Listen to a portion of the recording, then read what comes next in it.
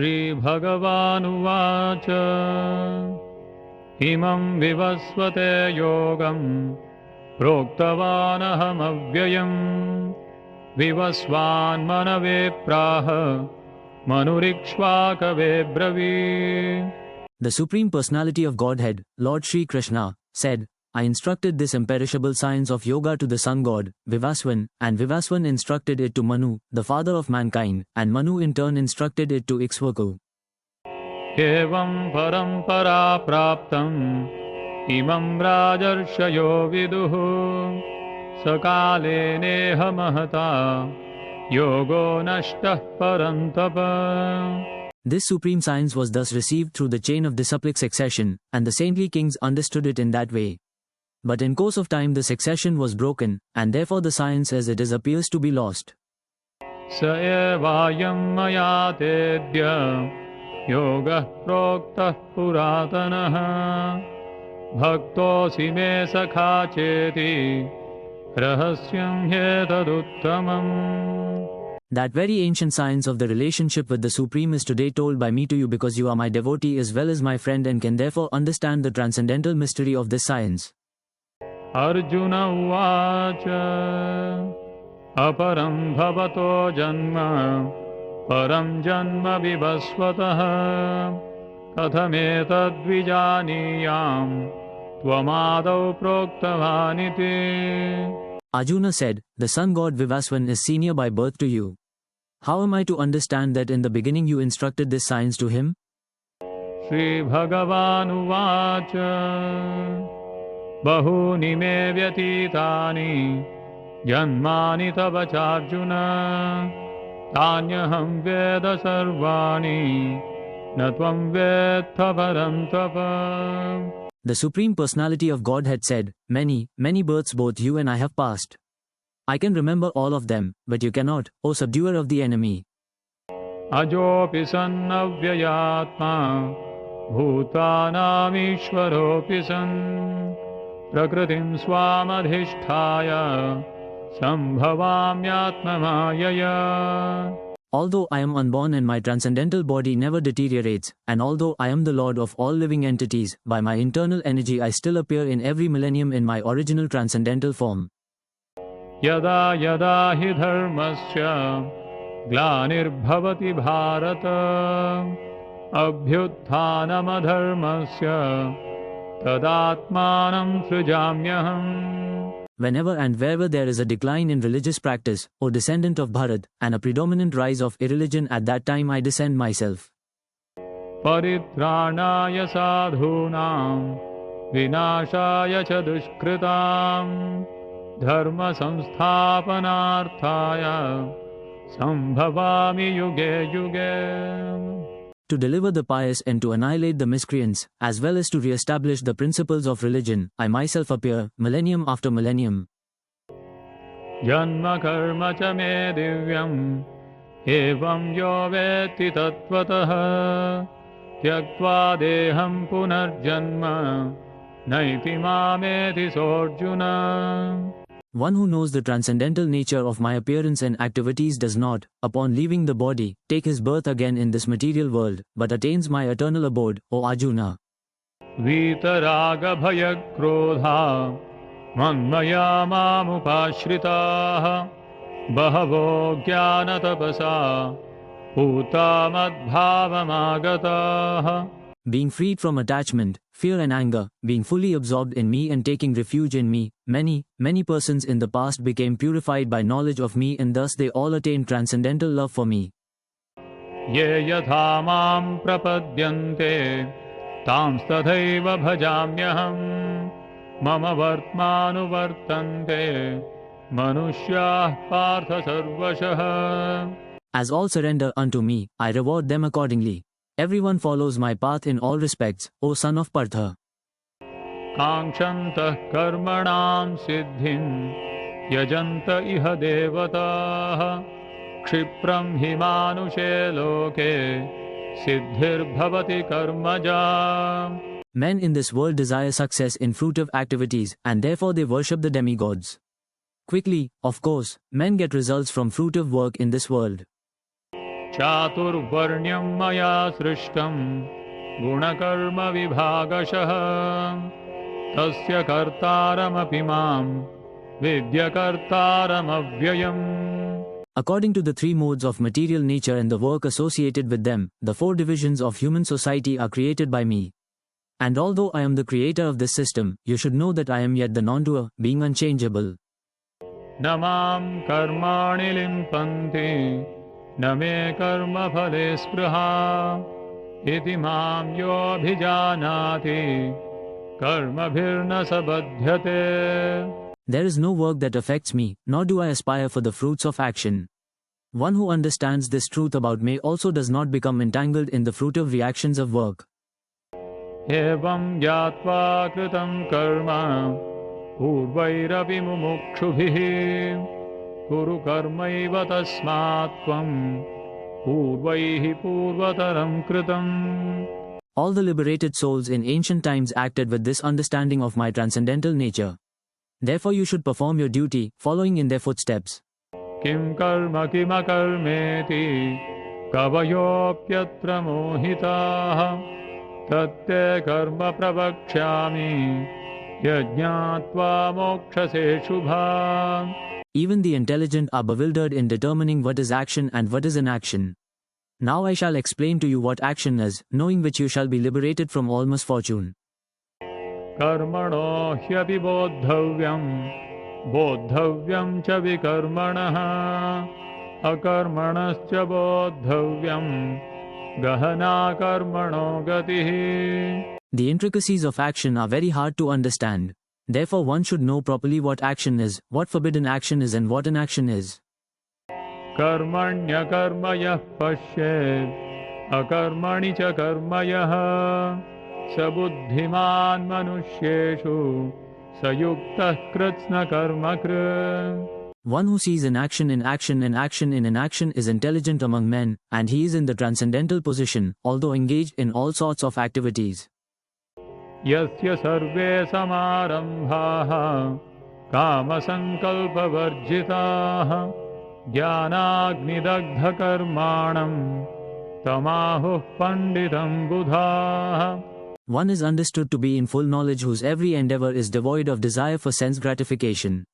He is said by sages to be a worker for whom the reactions of work have been burned up by the fire of perfect knowledge. त्यक्त्वा कर्मफलासङ्गं नित्यतृप्तो निराश्रयः कर्मण्यभिप्रवृत्तोऽपि नैव किञ्चित् करोति सः. Abandoning all attachment to the results of his activities, ever satisfied and independent, he performs no fruitive action, although engaged in all kinds of undertakings. निराशीर्यत चित्तात्मा त्यक्त सर्वपरिग्रहः शारीरं केवलं कर्म कुर्वन्नाप्नोति किल्बिषम्.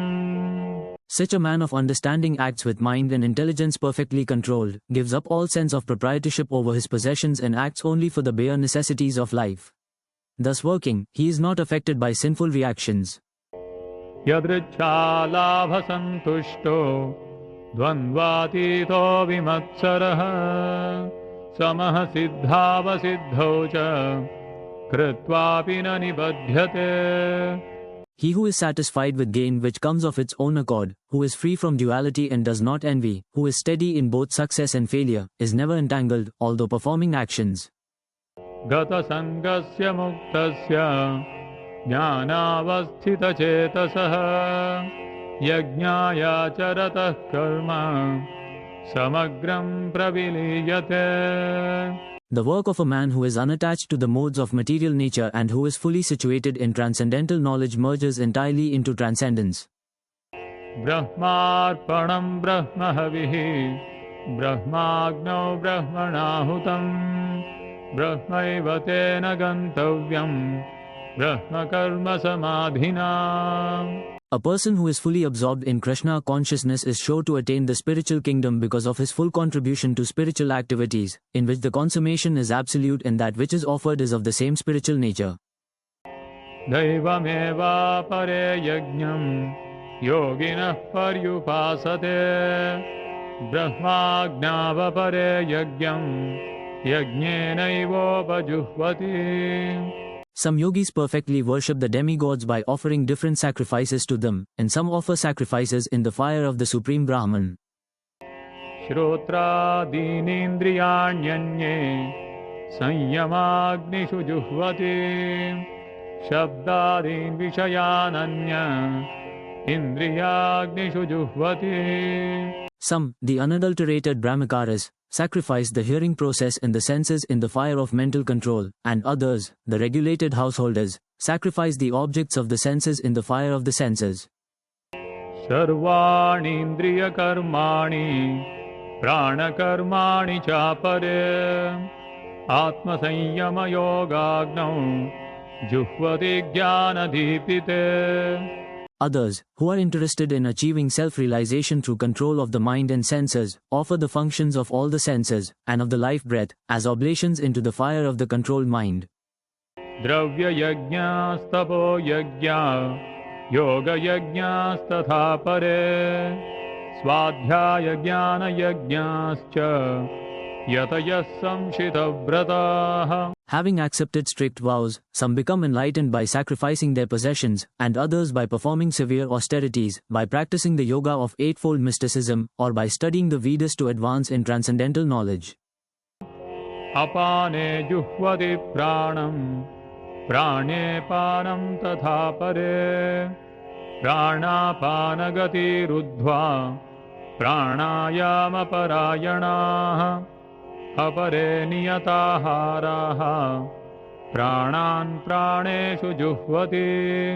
Still others, who are inclined to the process of breath restraint to remain in trance, practice by offering the movement of the outgoing breath into the incoming, and the incoming breath into the outgoing, and thus at last remain in trance, stopping all breathing. Others, curtailing the eating process, offer the outgoing breath into itself as a sacrifice. सर्वेप्येते यज्ञविदो यज्ञक्षपितकल्मषाः यज्ञशिष्टामृतभुजो यान्ति ब्रह्म सनातनम्. All these performers who know the meaning of sacrifice become cleansed of sinful reactions, and, having tasted the nectar of the results of sacrifices, they advance toward the supreme eternal atmosphere. नायं लोकोऽस्त्य यज्ञस्य कुतोऽन्यः कुरु सत्तमा. O best of the Kuru dynasty, without sacrifice one can never live happily on this planet or in this life. What then of the next? एवं बहुविधा यज्ञा वितता ब्रह्मणो मुखे कर्मजान् विद्धितान् सर्वान् एवं ज्ञात्वा विमोक्षसे. All these different types of sacrifice are approved by the Vedas, and all of them are born of different types of work. Knowing them as such, you will become liberated. श्रेयान् द्रव्यमयाद् यज्ञाः ज्ञानयज्ञः परन्तप सर्वं कर्माखिलं पार्थ ज्ञाने परिसमाप्यते. O chastiser of the enemy, the sacrifice performed in knowledge is better than the mere sacrifice of material possessions. After all, O son of Partha, all sacrifices of work culminate in transcendental knowledge. तद्विद्धि प्रणिपातेन परिप्रश्नेन सेवया उपदेक्षन्ति ते ज्ञानं ज्ञानिनः तत्त्वदर्शिनः. Just try to learn the truth by approaching a spiritual master. Inquire from him submissively and render service unto him. The self-realized souls can impart knowledge unto you because they have seen the truth. यज्ञात्वा न पुनर्मोहम् एवं यास्यसि पाण्डव येन भूतान्यशेषाणि द्रक्ष्यस्यात्मन्यथो मयि. Having obtained real knowledge from a self-realized soul, you will never fall again into such illusion, for by this knowledge you will see that all living beings are but part of the Supreme, or, in other words, that they are mine. अपि चेदसि पापेभ्यः सर्वेभ्यः पापकृत्तमः सर्वं ज्ञानप्लवेनैव वृजिनं सन्तरिष्यसि. Even if you are considered to be the most sinful of all sinners, when you are situated in the boat of transcendental knowledge you will be able to cross over the ocean of miseries. यथैधांसि समिद्धोऽग्निर्भस्मसात् कुरुतेऽर्जुन ज्ञानाग्निः सर्वकर्माणि भस्मसात् कुरुते तथा. As a blazing fire turns firewood to ashes, O Arjuna, so does the fire of knowledge burn to ashes all reactions to material activities.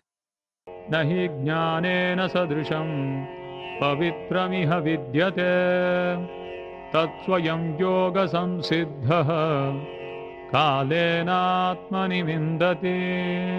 In this world, there is nothing so sublime and pure as transcendental knowledge.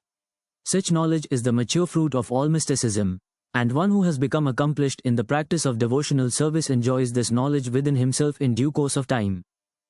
श्रद्धावान् लभते ज्ञानं तत्परः संयतेन्द्रियः ज्ञानं लब्ध्वा परां शान्तिम् अचिरेणाधिगच्छति.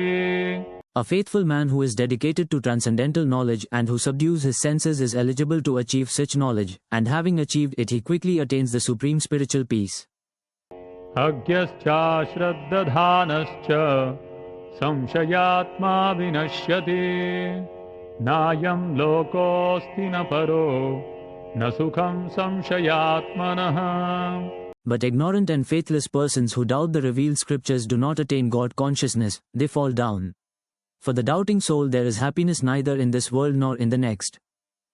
Yoga sannyasta karmanam jnana samchinna samshayam atmavantam na karmani nibagnanti dhananjaya. One who acts in devotional service, renouncing the fruits of his actions, and whose doubts have been destroyed by transcendental knowledge, is situated factually in the self. Thus he is not bound by the reactions of work, O conqueror of riches. तस्माद् अज्ञानसम्भूतं हृत्स्थं ज्ञानासिनात्मनः चित्वैनं संशयं योगम् आतिष्ठोत्तिष्ठ Bharata. Therefore the doubts which have arisen in your heart out of ignorance should be slashed by the weapon of knowledge. Armed with yoga, O Bharat, stand and fight.